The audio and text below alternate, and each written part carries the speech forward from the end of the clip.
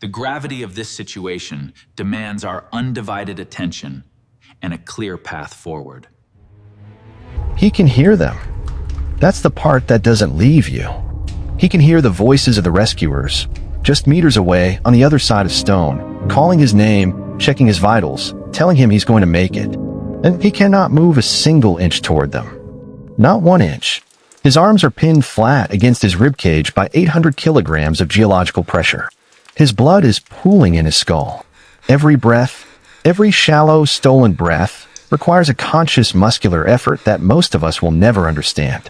And the rock doesn't care. The evidence now The rock clearly has been there for indicates 40 a million shift years. in global It will be strategy, there for 40 million impacting more. us all. John Edward Jones is 26 years old, a medical student, a husband, a father of a 1-year-old daughter with another child on the way.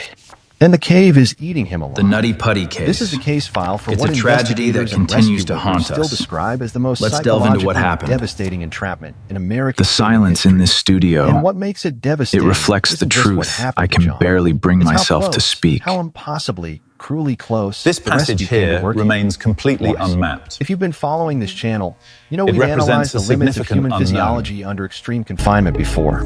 Most recently in our deep dive into the Bifer dolphin saturation diving accident, where the catastrophic failure happened in the decompression chamber after You've the asked danger for the was thought to truth. be over. What You've happened been at lied Nutty Putty to. Cave follows the same It brutal stops logic. now. The moment you think Listen the worst closely. is behind you is the moment the system breaks.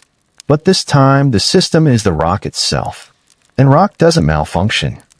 Rock just holds. November 24th, 2009. The Tuesday before Thanksgiving. Utah is cold and clear.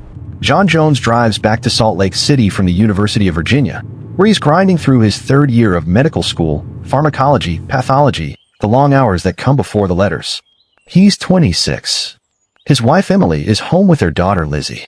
She's pregnant with her second. You wouldn't believe what happened. This is a holiday. What was it? This is supposed to be the kind of story you tell over turkey, So then I cave dropped trip, the turkey. the narrow passages, the moment you got a little scared and laughed about it on the other side. His brother Josh has arranged a permit for a group of 11 family, friends, a legitimate booking through the Nutty Putty Cave management system, which had been reinstated after a string of entrapments between 1999 and 2004 forced a temporary closure. The cave requires 2 experienced cavers per group. Josh qualifies. John qualifies. Keep a close eye on the ceiling. Too many loose rocks here. Adequately briefed him on is that the Nutty Putty Cave system contains passages that have never been fully mapped. The main attractions are well documented. The big slide, a room where the floor drops at a 45-degree angle with a guide rope. The maze, a labyrinth of tight chambers with a hollow rock that rings like a bell when you strike it. The birth canal, a legendary passage among experienced spelunkers, long and brutally constricted, with a terminal squeeze that forces the body into positions that feel biologically impossible. That's the one John wants to find. He's heard about it for years. He consults the map. He studies the entry point. He spreads out with Josh to locate it. And here is the moment. Here is the point on the timeline where everything that comes after is already decided. Because the passage John finds, the opening that looks right, the slot in the rock that matches his mental image of what birth canal should look like, is not birth canal. It is a dead-end fissure called Ed's Push. And nobody has ever mapped it because nobody has ever been able to go far enough inside to find out where it ends. John squeezes in headfirst.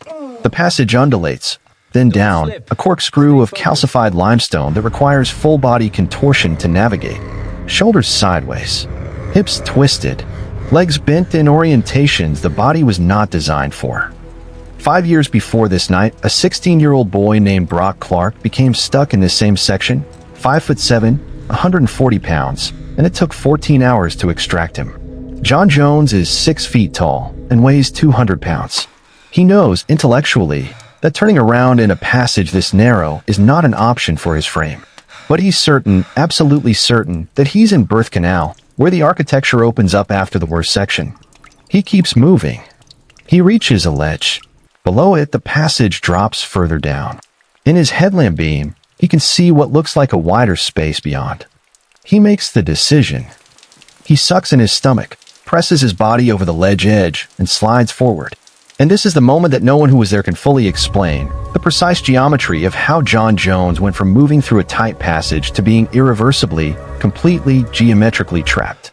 The current theory is that he looked into a hole in the floor and misjudged its depth.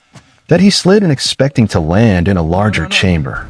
Instead, he dropped into a fissure 18 inches wide and 10 inches deep, roughly the surface area of a laptop screen, at a 70-degree inverted angle. Head down, body vertical. 200 pounds of living weight pressing against a closing V of limestone. And the stone bit down. He tries to push back up immediately. His arms are his first casualty. The walls press them into useless positions, one folded across his chest, one pinned along his side. He cannot get purchase. He cannot generate upward force. Every attempt to push off the walls drives him fractionally deeper, the rock geometry working against him like a human wedge being hammered further into a crack.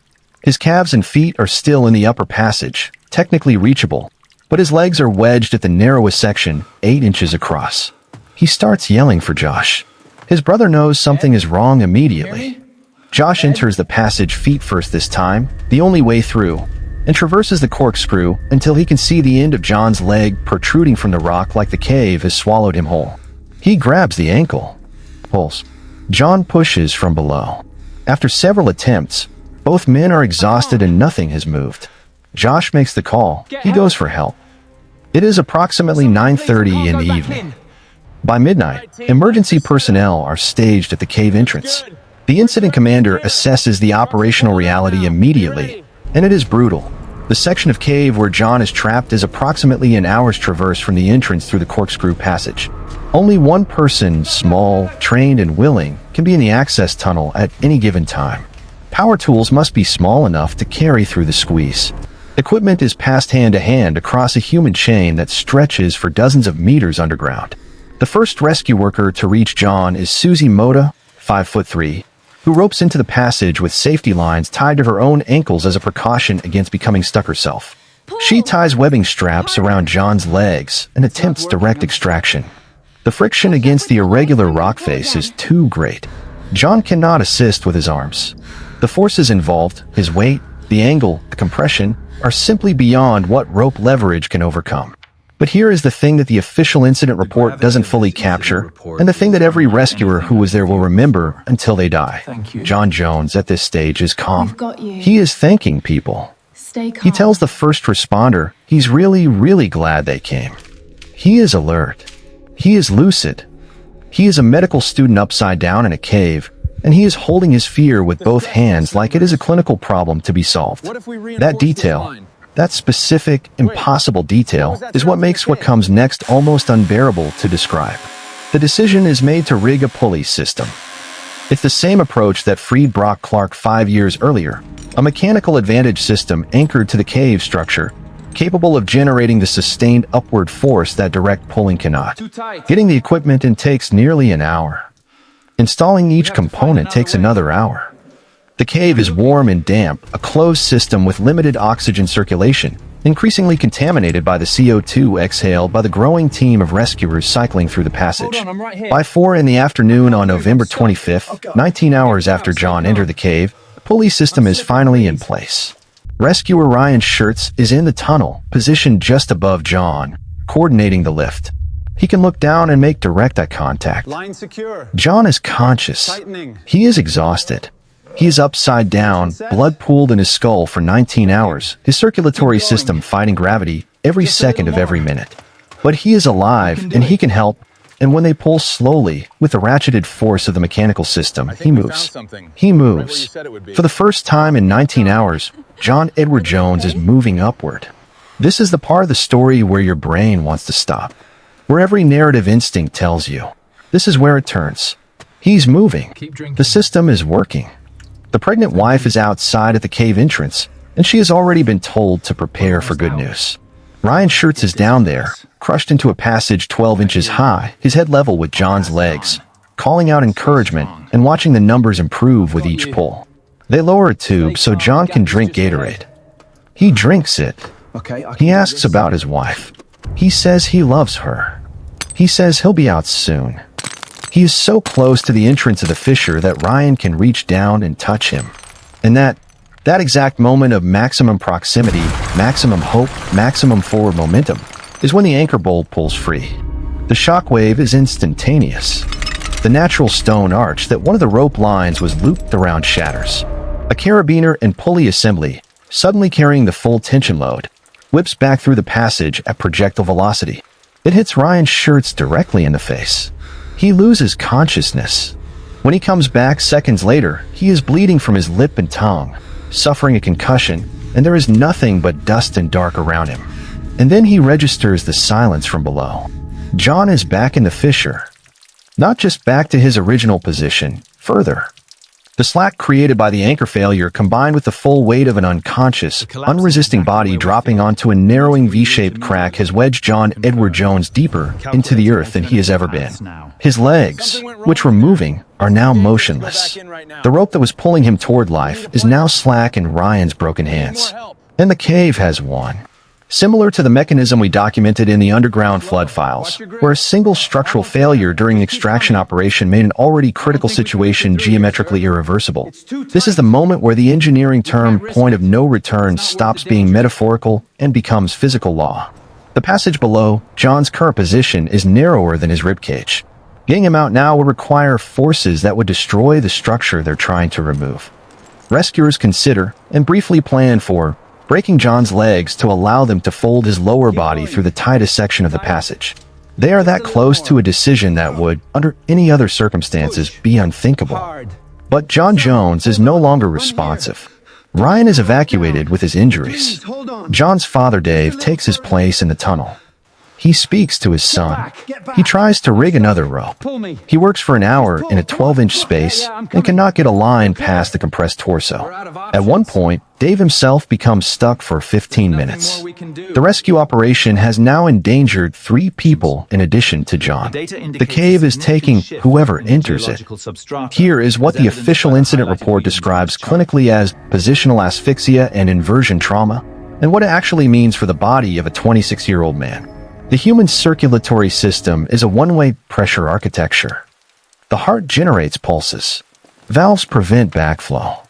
Vessels are fibrous and semi-rigid, designed to manage the interaction of pressure, gravity, and flow under a very specific set of assumptions: upright posture, normal atmospheric pressure, two-way mobility. None of those assumptions apply to a body inverted at 70 degrees in a sealed limestone pocket for more than 20 hours.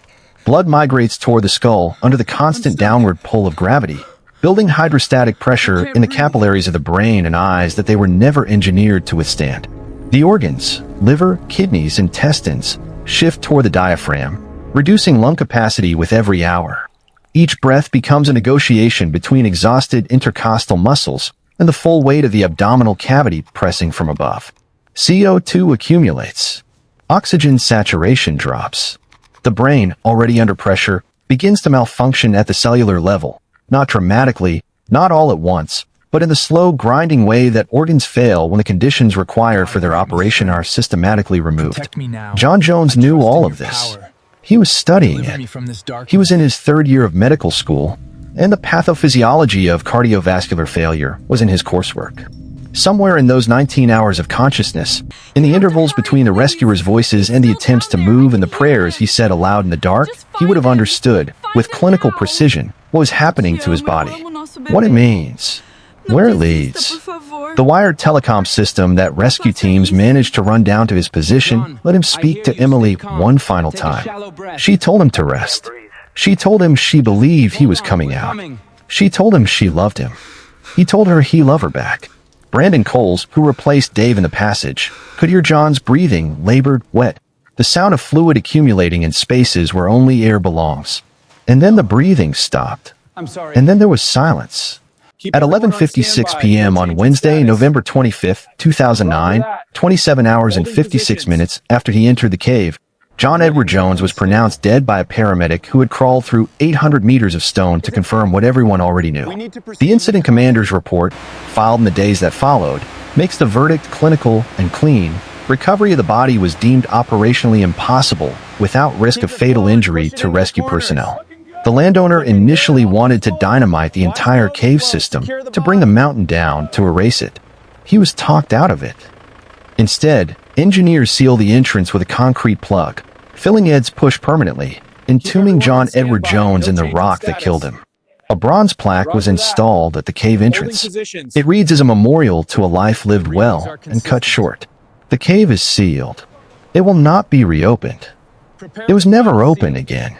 The formal investigation produced two findings that matter, and both of them are about systems, not individuals. The first, the Nutty Putty cave system contained unmapped passages in active use areas, accessible without guidance, with no physical barriers between the known routes and the dead-end fissures adjacent to them. The second, the anchor points used in the rescue pulley system were improvised from natural cave features, stone arches, clay-embedded bolt anchors, without the load testing protocol standard in above-ground rescue operations. The bolt that failed had never been rated. The arch that shattered had never been assessed. In a rescue scenario where one trained rescuer at a time could access the subject, and where every equipment decision had to be made under time pressure in a 12-inch tunnel, load testing was considered a luxury. It was not a luxury. It was the difference between John Jones coming home to his pregnant wife and becoming the only person in Utah history to be buried inside a public recreation cave.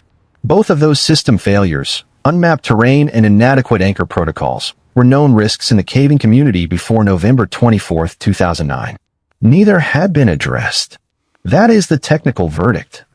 That is the protocol that, if it had existed, would have kept a 26-year-old man alive for Thanksgiving. The psychological aftermath runs deeper. Susie Mota, Ryan Schertz, Dave Jones, and the other members of the six-person team who physically reached John in that cave, who spoke to him, touched his legs, felt him moving upward, reported the specific and particular trauma of having been close enough to succeed and not succeeding. This is distinct from the trauma of arriving at a scene where the outcome was already decided. They were there when it was still winnable. They were there when the anchor bolt let go. In the years since, multiple members of the rescue team have spoken about the incident in terms that therapists call moral injury, the damage done not just by witnessing suffering, but by participating in a situation where the tools and knowledge and will were present, and the outcome was still catastrophic. They did not fail. The cave did not fail. A bolt pulled free of clay, and a man who should have been eating Thanksgiving dinner the next day never came home. That is the difference between an accident and a tragedy. Accidents have causes. Tragedies have the same causes, and they don't have to. John Edward Jones is still inside the Nutty Putty cave. He has been there since November 25, 2009. The concrete that seals him in has been there for 15 years. His daughter Lizzie was 1 year old when he died. His second child was born into a world where her father was already part of a mountain. Emily Jones later wrote about her husband in terms that are not clinical, not analytical, not the language of incident reports and failure mode analysis. She wrote about a man who was extraordinary in the ways that don't make headlines, patient, devoted, present, who sang to his daughter, who called her from medical school just to hear her voice. A man who entered a cave on the Tuesday before Thanksgiving because he wanted to share something he loved with his family, and who never walked back into the sunlight. The cave was sealed with concrete. The plaque says, "Beloved husband, father, son." The mountain keeps him. It always will. If you're new here and this case broke something open for you, the subscribe button is right there, because every case on this channel is about the exact moment a system fails and the people who couldn't survive it. We don't look away. That's the whole point.